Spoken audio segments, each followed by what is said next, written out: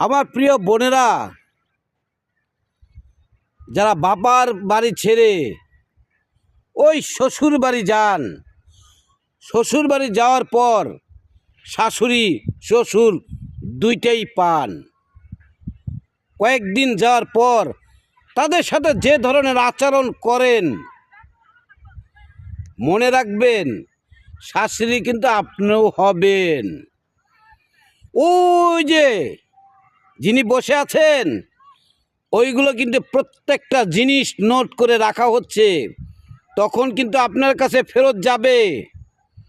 তাই শাশুড়িকে শ্বশুরকে শ্বশুর না ভেবে, শাশুড়িকে শাশুড়ি না ভেবে নিজের মা বাবা হিসেবে মানুন।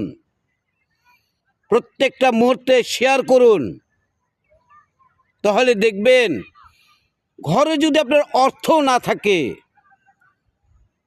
ধানও না থাকে, পেটে যদি ভাতও না থাকে, শরীরে যে একটা ইমেজ আসবে, লক্ষ কোটি টাকা দিলেও সেই শান্তি আপনি পাবেন না বোন।